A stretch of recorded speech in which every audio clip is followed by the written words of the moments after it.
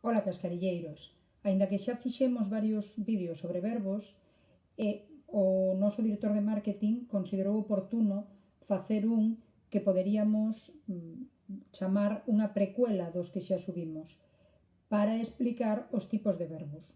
Nese sentido, imos saltar o que sería o primeiro paso, que son os verbos regulares, semirregulares e irregulares, porque ese xa están explicados nos vídeos de morfoloxía verbal, e ímonos centrar noutros tipos de verbos que aínda non tratáramos.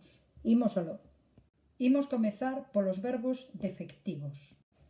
Un verbo defectivo é un verbo que carece dunha ou máis formas na súa conxugación. Un bo exemplo disto son os verbos que indican fenómenos naturais ou meteorolóxicos, que só teñen formas en terceira persoa de singular, como pode ser chove ou neva. Tamén se consideran defectivos os verbos que se refiren a feitos, que se utilizan son as formas de terceira persoa, mais neste caso tanto en singular como plural, como os exemplos que tedes aí. En segundo lugar, temos os verbos auxiliares.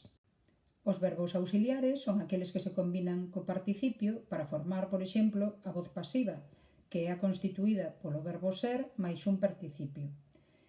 É construído, foron lavadas. Nestes exemplos, o verbo auxiliar ser aporta información gramatical, tempo, modo, número e persoa, as formas verbais as que acompañan. Sen embargo, ted en conta que en galego non existen os tempos compostos con haber.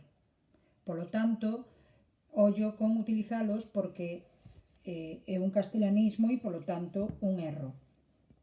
Visto isto, imos pasar agora aos verbos copulativos e máis tamén aos transitivos e intransitivos, que teñen importancia na sintaxe. Comezamos polos copulativos. En galego, os verbos copulativos son ser, estar, parecer e resultar. Estes verbos posúen un significado mínimo. Por iso, cando un verbo copulativo é o núcleo do predicado, precisa dun complemento exclusivo para este tipo de verbos, que recibe o nome de atributo.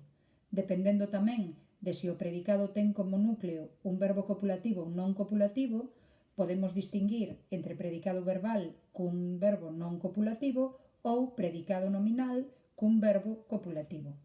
Agardo que isto non vos resultara confuso. Por outra banda, e xa para rematar, temos os verbos transitivos e intransitivos, que, como no caso anterior, é unha distinción que ten consecuencias na sintaxe. Vexamos. Comezando polos transitivos. No predicado verbal, do que falamos anteriormente, polo tanto confío en que xa saibamos o que é, o núcleo pode ser un verbo transitivo, que precisa complementar o seu significado con outra palabra ou grupo de palabras, é dicir, un complemento. Temos un exemplo na oración: hoxe merquei un balón novo. Merquei sería un verbo transitivo, xa que precisa complementarse con un balón novo, porque sempre que mercamos algunha cousa. O contrario sería un verbo intransitivo, que pode aparecer só no predicado porque non precisa de complementos. Temos o exemplo da oración Sabela rí. O verbo rir aparece só porque non precisa ningún complemento. Cando eu río, non río algo. Polo tanto, iso sería un verbo intransitivo. Agardo que vos servira de algo este vídeo. Non me deixei ver moito nesta ocasión, daquela decidín facer un final dos que amolan ao noso director de marketing, porque tampouco nomeei case nada. Entón, pois, hai algo hai que amolar, e daquela decidín despedilo xogándome a vida nesta estrada de montaña.